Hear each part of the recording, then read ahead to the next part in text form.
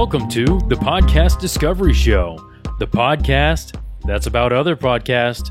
Where each week we dive deep into a discussion about a podcast that we recommended last week. And at the end of the episode, we'll bring you a brand new episode for you to go out and discover. And we'll talk about that one next week. I'm Josh. I'm Kirk. And I am Zach. And this week, we are talking about a very special recommendation. Big Questions. Big Questions with Cal Fussman. And this is episode 84, What If You Never Had to Work Again? Featuring Dr. Sabrina Kay. So since we listened to this one and since we met Cal at Podcast Movement, I think I've listened to like 10 of these episodes now, of course, because it's what I do. And man, he'll interview somebody I have no interest in, no idea like who they are, but the way that he interviews them and the way that he obviously chooses the person he's going to interview, I'm fascinated and riveted and learn something every single time by the end of the interview. And I think he knows his strengths. So he named his podcast Big Questions. He asks questions to get good, interesting answers. And they talked about it in this podcast that there is such thing as a bad question. Whether you frame it wrong or it's the wrong time or this, that, or the other, there is such thing as a bad question versus a good question. Yes, and he talked about this a lot, actually, because we asked him about this when we were driving over with him. Yeah. And we would ask him essentially what makes a bad question or what makes a bad interviewer. Because, okay, even in his panel, when we saw him at Podcast Movement, and I'll say this because we didn't say it on the other thing, somebody in the audience wanted to do an interview-style podcast. But he's very analytical, maybe is a way to look at it. He's very detail-oriented. And so he said he would write down every single thing he wanted to ask about them, and he would research them like to a crazy level. And they asked Cal, what is your process for interviewing someone? Yeah, because the guy was saying like Larry King is famous for interviewing, but he's also famous for not knowing anything about the person. Yeah, he literally interviewing. doesn't want to know. He just wants to go into it blind. And so Cal worked with him for a long time. So they asked Cal, what's your process? And so he said, I am between you and Larry King. What he does is he looks into everything about whoever he's interviewing. He does try to do the research. He does try and understand who he's going to be talking to. He writes down, I think he said just hundreds of questions on a notepad. And then he walks around with it. And he just like absorbs them. You know, he digests his questions. And then he destroys them. And he goes into the interview, and he lets the interview take him where it needs to go, rather than forcing it. Because one of the things we asked him was like, what's a bad interview?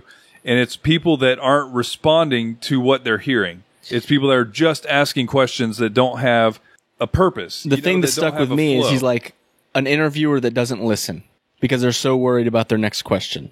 Yeah. And that's something that people struggle with. And here's the thing that blows my mind about this is that asking good questions and being able to listen to people when you're talking to them is not just for interviews. That's a life skill. Oh, it definitely is a life skill. It helps you relate with people in general. Everything in your life. And the other thing that he said about interviews is there's a lot of interviews now where it's a faux interview. It's like, we're going to interview this person. They say, tell us about your upcoming movie. That's not a question. That's not an interview. It's like, it's just giving a celebrity a talking point. Yeah, I can look up that blurb online. Yeah, and so that's not an interview. And you see a lot of interview, and I use air quotes on this, you see a lot of interview conversations that run like that. And that's just, it's not an interview. And when you get like real interviews with real questions and really diving deep into the thoughts and the emotions and the story and everything else behind something, you get really, really, really good conversations. Hence, Big Questions. I will also say that it feels like he respected people that asked hard-hitting questions. Yeah. It wasn't like he respected Howard Cosell and people that, like, because Howard Cosell was reviled by a lot of people. Like, he would be almost like borderline rude because he would just ask you what he was going to ask you, even if it was hurtful or like he would ask you real stuff. And as we were talking to Cal, he definitely talked about like, almost the emphasis on you have to ask things even if they're uncomfortable. You can't just pander to an audience or do things for any outside like ulterior motive, you know. And that's I think what you're talking about, Josh, right. Where it's like, okay, here's this guy, here's this quarterback. how'd you feel about the game? You know what I mean? But instead, you turn it to making a question that's specific to the time, the moment, the context of where you are. And that's what Cosell did. And that's what I think Cal appreciates, is real questions that bring real answers. You know what I mean? Because you'll get a canned answer if you give them a canned question. Yeah. And I think a big part of the problem with Howard Cosell, I don't know a ton about him, but what I do know is I think a lot of his challenge was he was asking these difficult questions, but he wasn't an expert interviewer. So he was asking difficult questions in a not super tactful way, where he's like, I'm going to ask the hard-hitting questions without having tact and warming things up in a wrong location or whatever it is, and not having the right insight into everything else going on in that holistic approach, which is, I think, where Cal and some of these interview podcasts can really shine, is it gives people the opportunity to warm up in an interview and have the dialogue and have the conversation and build a rapport, and then get into the more difficult questions as you've kind of started to build that rapport. Well, and trust. Build trust with who you're talking to. And have a conversation. And if you have 30 seconds with someone in the middle of the Super Bowl and you go out in the halftime and you ask a quarterback, how do you feel about that interception you threw? People are going to be like, come on, dude. But in principle, it's the good type of question where you're asking something difficult and like really getting to the meat of something, but it's hard.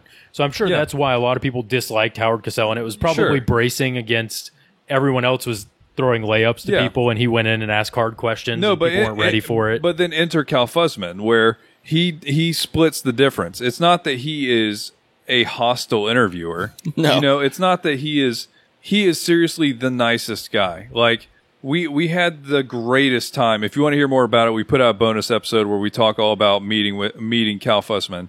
But he is the nicest guy. We asked him so many questions and just talked to him about everything that he's got going on, and he just wants to answer this stuff. He wanted to talk to us. It felt weird.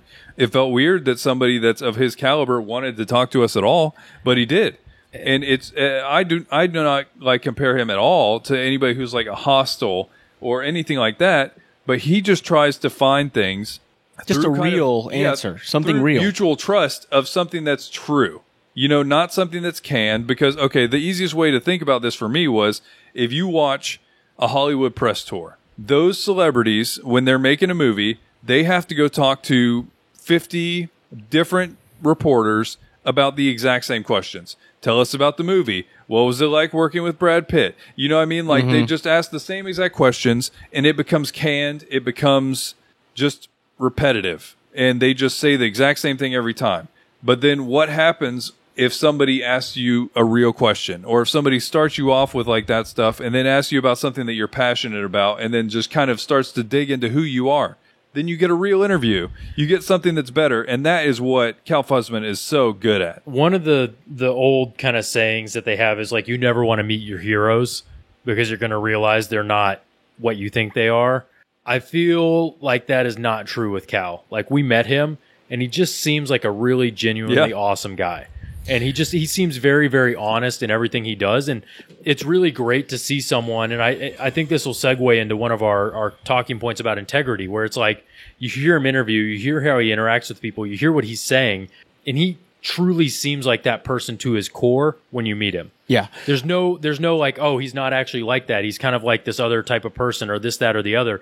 Like, everything lined up, and when we met him, I was like, this guy's just a really awesome dude. Yeah, I almost felt the opposite, because I mean, I'll be honest, I knew who he was based off of the two episodes of Tim Ferriss that we had listened to, and I knew he was there, and I knew he was going to speak, but he wasn't a hero of mine yet. When I heard him speak, I was like, dude, this guy is even better in person than I would have thought. And then when we actually met him as a person, he became one of my heroes by meeting him, you know, because of, you know, all the things that we've talked about. And, I hope that, I don't know. I hope all the best for him, and I hope that one day we'll be our paths will cross again, and we can just kind of sit down and we can go to Burns Steakhouse and have a conversation with him. I will 100% take Cal to Burns. But yeah, so then they get into this conversation, and the person he's talking to on this episode is Dr. Sabrina Kay, who just has the wildest, most inspirational story I've heard in a long time. It's nuts. So nuts. So we'll keep it tight because seriously, listen to the episode. There's so much to talk about. There's so much to talk about. It's so good. She comes over to America, speaks very, very little English. They tell her she was taught English by someone that didn't speak English. Yes. So very limited. And they told her it would be 6 years ESL, right? Yep, before she could even 6 start. years before she could start school. So 6 years until she could become fluent enough in English to start schooling. And so I think that her entire family just started working. They were all living like out of one house, an entire like full generation of people, like an entire generation of family living in one house working. And I think she mentioned that her premise was, or her grandfather's premise was, if all of us work for $1,000 a month, then we have so many thousands of dollars we're set. As janitors. Yeah, I was going to say as janitors, right? Yeah. Like that was the thing. There was like the family of janitors. So yeah, she, through just iron will and determination, fights through all this, starts developing herself, and would eventually become one of the craziest like entrepreneur philanthropists I've ever heard of. The thing that blows my mind, and I won't get too much on a rabbit trail about this, but it started with a cold call. She was doing some like entrepreneurial sales stuff, selling like fashion stuff locally there and like little markets and things like that, and making some good money with her mom who was doing that. But then she saw an ad for a software to create like fashion pieces, and it had like a phone number for the company. So she called them, cold called them, said, "Hey, I'm in the fashion industry, set up a demo." They set up the demo, and she said, "You need to sell this to the people in Korea. They're doing a ton of stuff there. I can translate for you. I'll get your product over there, and we'll make it happen." That's how she started her business. That was like the catalyst that led to everything else. And everything else meaning she started 11 companies. She buys a college. She sets up programs to help people that are maybe underachievers is a way to call it, or like average students, another way to call it, like C-level students. She wrote her thesis. She ended up with 4 graduate degrees, but no bachelor's degree. That one blew my mind. How does, I don't know. I didn't even know you could do that. I thought that you had to get, I mean, your bachelor's before bachelor's you could... degree was the gen ed and the prerequisites for her. So she's like, I don't need that. She's like, I don't need that. I already did that. But then this is all from someone who literally at one point debt financed, so took out loans on credit cards. And she was essentially just maxing out credit cards. And then she would, as soon as they got pissed off, which I'm sure did not take long because she maxed out all of her credit cards, she would transfer her balance from that credit card to a new credit card. First of all, if you are thinking about starting a business, do not do this. She says this very explicitly. Do that. Like that interest rate you do not want.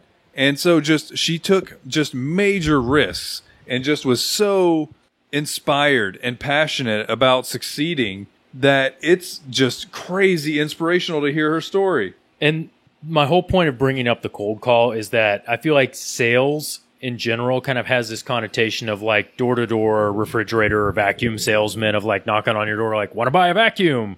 Where I think there's a lot more value to that sales aspect of calling, talking, having a conversation, and figuring out how to partner, which I think is what sales really is, that everyone can use a little bit of sales experience in their life. Like everyone can benefit from being able to have a conversation and figure out how to get both parties on the same page. That's a lot of what sales is. Have an agreement be mutually beneficial, and then you just have done it. You know, that's it. And it's crazy that a cold call, literally just calling a company that knows nothing about her, and I love how she led to this legacy. She's basically selling things to friends and family, and like on the street, and she calls and is like, "I'm in the fashion industry," and I mean, you gotta love the boldness, that's the definition of boldness. Yeah, just she is amazing. It's amazing what people can do when they have nothing to lose. Like she had nothing to lose. She's like, "Let's go. Let's have a conversation. I'm in the fashion industry. Let's make it happen," and made an empire out of it. And it's amazing.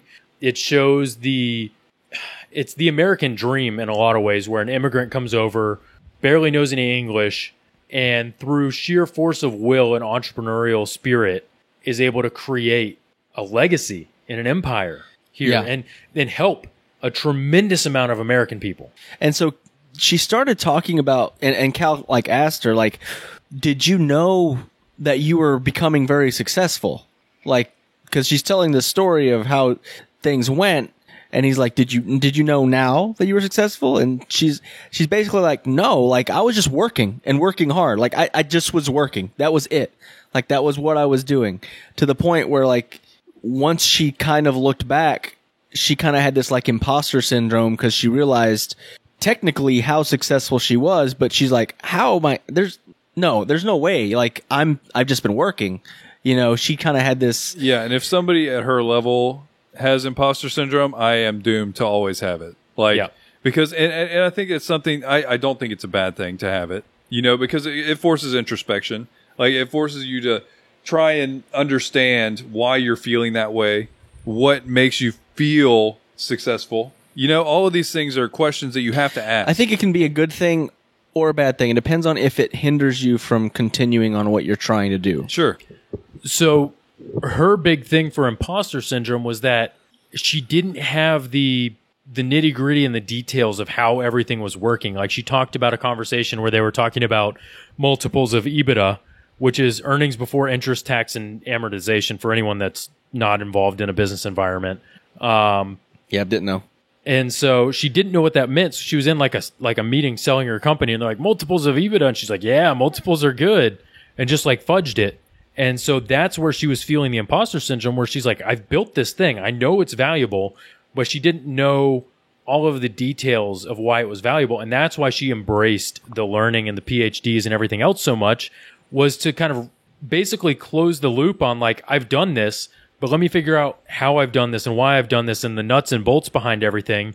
And that kind of like helped her build that integrity. So now she doesn't have that imposter syndrome, because she's like, here's what I'm doing, here's why I'm doing it, here's why it's working, here's how it's working. And there's a lot more kind of holistic knowledge of how everything is working for her. And it's been able to help her get past that imposter syndrome. And that's what I thought was super interesting, is she kind of tied it back to that integrity piece, which I thought was a really, really cool definition of integrity in general. Yeah, I agree. I will say, this is sort of a tangent, but multiple times in the episode they said the word SME, and I had never heard somebody vocalize SME that way. You know, not that I'd never heard the word, like, I know what a subject matter expert is. I've heard that before, but I'd never heard it abbreviated and pronounced. Yep. I'd never even heard it. I've heard that a lot. I'm sure. I mean, that's your world. That's not my world. That's my world. And that was the other thing I thought was really interesting. She's like, it's not your word right now, because I can tell, because you're like grinning and like laughing about it every time you say SME, and you keep being around it, and eventually it'll become your word. And it's tying into that integrity piece again, where I'm it's just like saying that was Bob Hoskins in Hook. Yes, Shmee. No, it's SME. I don't know if it has an H in it. Mr. Shmee. Does it have an H in it? I don't know. It might. But no, I don't know. I just never heard it. That's an aside, though. But I love the fact that she had such a really cool approach to things like that, where she's like, use the words that feel good and make sense to you now, because that's honest and that has that integrity. And you can, and again, back to my point on Cal, he's such an honest and true person. I think he has a lot of that integrity, because he's like, I don't want to use subject matter expert or SME in my writing about myself, because that doesn't feel like me. They're going to think I'm an imposter. And she's like, use what works for you now. And over time, when you're around these people and you're hearing the word used, it'll become part of your vocabulary and part of who you are. But right now, maybe it's not. Use what works for you now and adopt those things over time through the experience and through the interactions with people. And it's such a cool notion and principle. And I feel like that integrity piece that she talked about in the beginning of the podcast really kind of was like a through line throughout everything else they discussed, which I thought was really cool. She is very thoughtful. You know, you can really tell that she spent a lot of time soul searching and trying to understand how she's feeling and how she accomplished things, and just in general, just thoughtful. And it really comes across. And I think that obviously it plays definitely into Cal being a great interviewer, but also she's just kind of an incredible person and very thoughtful, and just, you get a ton of little like nuggets of wisdom throughout this episode about business, about life, about just kind of anything. One of the things that stuck out to me was her talking about, and it was, her talking about working all the time and just trying to make it work by just being there and always on the clock and always doing something. And she was talking about, basically being a workaholic. And I don't think I've ever actually heard anybody say that and mean it in that way, where it's like, it's a sickness. It's not good. Like, it's a negative thing. And she made a lot of good points where it's like, this isn't the kind of thing that people come and have interventions for. Cause like everyone just pats you on the back and says you're doing a great job. You get like, praised for it. Yeah. That's the terrifying thing about, I think there's probably a very large part of the population that are workaholics in some sense, where they find something to latch onto and they invest their entire soul into it. And they're working 18-hour days, or they're investing 18 hours a day into something. If it's alcohol, there's going to be an intervention, to your point. Yeah. Like, if it's something that people are stigmatized as destructive, they'll intervene and say, hey, you can't be doing this. But if you're putting it towards work, in America, we praise that. We say, oh, you're so awesome. In a lot of cultures, not all cultures, but a lot of them. This is amazing. Like, you're so good. Keep doing what you're doing. It's basically like going to an alcoholic and being like, you're awesome, man. Here's some beer on me. That's the same interaction we're having with people that are addicted to working. Yeah, and it's just as an outlet. It's tough because I do think that there is value in the hustle. People putting in the effort to make something happen. And so it's gray enough. I think the line between somebody who is just a dedicated worker versus a workaholic is blurry enough that it gets weird. And also workaholics, instead of being obviously self-destructive, a lot of times are very constructive. It's really helping the company. It can literally, like she said herself that she was working like, I think 70-hour weeks at the fashion company that she ended up selling for like, I think $1 billion. Yeah, it was nuts. Like it literally made her entire life, but she was working a ludicrous amount of time there. And so it's one of those things. Yes. Is it potentially destructive over time? Yes, it is. Did it help her achieve everything that she's achieved now? Maybe. Yeah. And part of it was, I think when she really realized it, based on kind of the conversation they had, was that when she sold her company, she's like, I don't have work to do. She joined 30 boards. And she's like, okay, I've got a problem. You're right. That's when she realized that she was a workaholic, because she realized that was her life. Work was and she felt like she didn't have a purpose anymore because she didn't have her company. Even though the reason she had her company was to make money, and now she'd made all the money most people will ever even dream of, she didn't feel like she had a purpose anymore. Yeah. Yep. And it's one of those things where I think it's another mental health thing where people need to look at this stuff and really be able to work through some of these things and grow and learn and become better people by working through it. And again, I'm not saying you shouldn't be working hard and you shouldn't be chasing your dreams, but I think understanding where your mind's at and how much of your heart and soul you're putting into something can have consequences. No, and I mean, okay, let's get to the title of the episode. What would you do if you never had to work again? Because just like you said, if you wrote the story about her life, this is one of those moments. This is one of the forks in the road where you have to figure out, okay, here's how I feel now after all these changes. Now what? So she sold her company. Okay, by most people's approximation of success, she was successful. She built a company from nothing, from something so small, and just through hustle and ingenuity and determination, like grit, boldness. She built this into just a retirement for her entire family for generations type of money. Mm-hmm. And she never had to work again, and she felt lost because of it. Completely lost because of it. And so it's one of those questions where for a lot of us, it's like, what if you never had to work again? We always kind of have in the back of our mind that's not going to be a thing, but it was a thing for her. And she had built so much of her life on that work that when it was gone, that became her identity. Yeah, there was a gap there. So what would you guys do if you never had to work again? Have you guys thought about this before? Yeah, I have.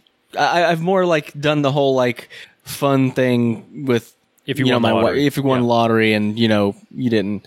So I've one or two things. I really still do enjoy farming, but it's very hard to make a living doing it. So I would love to have like a small, 10-acre farm where I'm still farming, but I literally don't have to make a living off of it, and I can take vacations. We can still travel. I would love to travel. And then one that's maybe more realistic, or something that's probably more where I'm at now, is I really, really enjoy making this podcast and doing podcasts. I also enjoy traveling. I think it would be really cool to have a podcast that had to do with traveling, something like that, where I was still doing something that felt like my creative type thing, or I'm producing something. You have an outlet. Yeah, but it's still something that I enjoy. Yeah, for me, it's tough because I haven't thought about it in like real terms of like, here's exactly my plan A to Z, what I would do.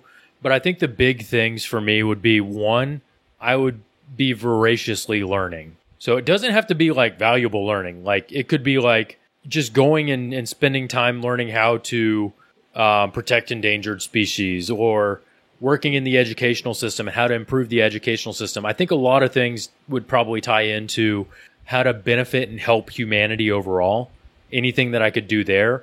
So I think looking at how to help people break out of poverty cycles and things like that, and work with people one-on-one, coaching and guidance, and help people through those things would be really fulfilling. And then again, obviously travel, like go do some of the like exploring the world, seeing things, experiencing life to the fullest. I think on yours, where you're talking about having a farm, mine would probably be having a restaurant, because I think that ties into a lot of things. You're meeting a lot of people, you're having interesting conversations with people there. And if you're making really good food, that brings people together. And having something where you're like, I'm not trying to turn a massive profit on this restaurant. I'm trying to make a good restaurant and a good place for people. Those are some of the things that kind of come to mind on what I do. Generally, like the big things are education, community, and kind of helping people in general. Yeah, I feel like I like the restaurant idea. I kind of feel like food truck would be fun too. Or like, I've thought about food trucks so many times. We've also had I don't know if, I'm sure we've mentioned it, but we've talked a lot about like the PDS Barcade, where we would also have like tabletop areas, and like there'd be it would be a place to go, not just like a bar. But I really like startups and trying to help people realize their dreams in a way. And I like seeing, because I feel like with startups, it's usually somebody's passion project. And when you get in there, you find somebody who cares deeply about whatever, and it's usually very niche. Like it's very specific to here is something that somebody just cared enough about to start a business. And I feel like I would, if I never had to work, I would probably do that. I would do like, because I mean, there's angel funds and things like that. I would be something like that. And then I would also take it on the road. I would go international, because we've seen, and I think we've talked about on the other Discovery show before, is kind of, there is kind of crowdfunding platforms for somebody in Africa to start their business, or for like, and so I think that there is still a need there there's people who are entrepreneurial in spirit. They have an idea, they have the ambition, they have all of this, and sometimes they don't have the means, or they don't have the opportunity to make this thing happen. And so it would just be so fun to just travel around and find people's passion projects and try and help them achieve their dreams. And that would probably be my like work thing that I would like to do if I never had to work. Yeah, so Dr. K she's, I don't know. Inspirational. She was so, I wish that I was half as a voracious learner as she is. Yeah. It's very inspiring. It was funny because he was like, so you wanted to show him, like you wanted to prove your point. And she's like, no, it's all fear-based. I was fearful that I was somewhere that I shouldn't be, and that I couldn't do it again. And it's so honest and so sad, but also so real.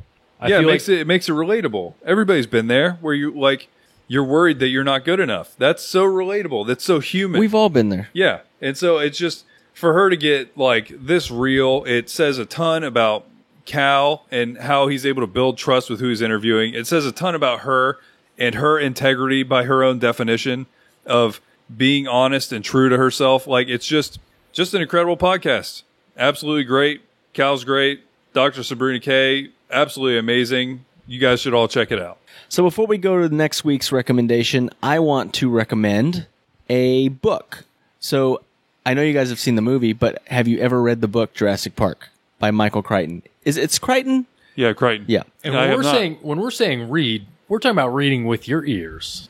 Well, that is an amazing book. The movie's great.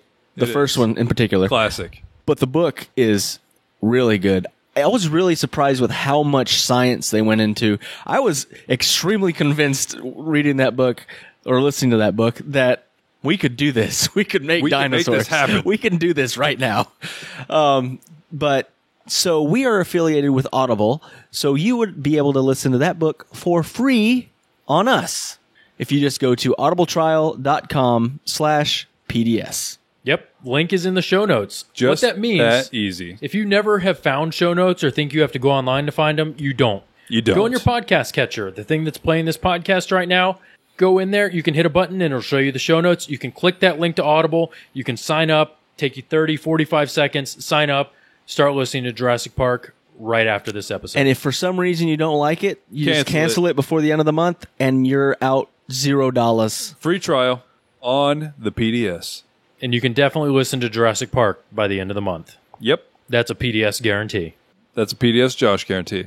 So we're going to go and revisit a couple of great podcasts that we've recommended before. We're going to find new episodes from podcasts that we love and have become part of our daily rotation, and revisit some really, really interesting stuff that we're really passionate about. And I've been listening to Ologies podcast I recommended, 6 months ago, probably? Yeah, we talked about beer on there, right? Yes, they're one on, I think it was Zymology. Is That's the what one it for was. Beer. I knew it was a word I couldn't remember, but it was about beer. And this podcast it really hits the sweet spot for me because it's kind of science and learning based, and it takes the ordinary and makes it extraordinary. So like you think beer, you're like, okay, cool, beer. It's about beer. And like they're going to talk about beer, like whatever. It doesn't sound super interesting. She's got an episode on Deltology, which is postcards. It sounds like the most boring thing in the world. I listened to it. I started buying postcards. Every time I travel now, I buy postcards because of this podcast. There's one on corvid thanatology, which is crow funerals. Every time I see crows now, I'm paying very close attention to what they're doing because they're very smart birds. Yeah, And- if you make them mad, they're going to hate you permanently. Yes, there's stories. Yeah, we talked about this one on I'm not going to get off on. I'm not going to get off on too much of a tangent, but there's stories of people that have moved a dead crow out of their yard, and the other crows in the area saw it. So now every time they leave their house, they're attacked by a flock of crows because they think that they're a predator. Anyways, there's insane things that happen all the time around us constantly that we don't look at and we don't pay attention to. This podcast brings to light all of those things and why things are way more interesting than they seem on the surface value consistently. If you look at a title of an episode and it looks boring, it's not. If you listen to it, you'll be blown away with how interesting it is. So I recently listened to an episode of Ologies on mushrooms. It's called Mycology. And not only is fungi, or fungi, all are correct pronunciations, which you'll learn. Oh, you can do like a J sounding G. I had no idea. I'm learning things already. They are extremely fascinating and What about mind-blowing. fungi? They're extremely Did you say fascinating. funky? They're extremely mind-blowing and fascinating in what they are and what they do and how they exist in the world. But the person she's interviewing, this guy named, I think, Tom Volker, it blew me away. I listened to this podcast. I was like, I got to recommend this. So we're going to revisit a couple of the PDS great recommendations for the next month. And guys, you guys are going to love this podcast. I'm super excited to talk about it because there's some really cool things that just in general I want to talk to you guys about, and can't wait to discuss it next week. Awesome. I love mushrooms. And I liked last time that we listened to this podcast, so I'm excited to learn more about mushrooms. Yeah, I'm pumped about the revisits. Absolutely. When we're done, we're going to be mycologists. No, Doubt it. And remember, there's always more to discover.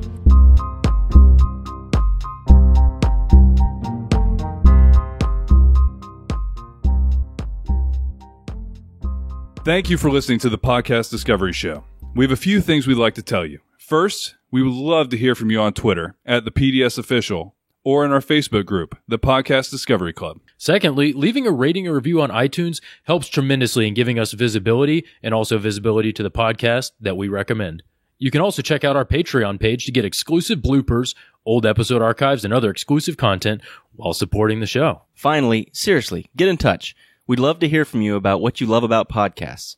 And thank you for being a part of all of the things that we do.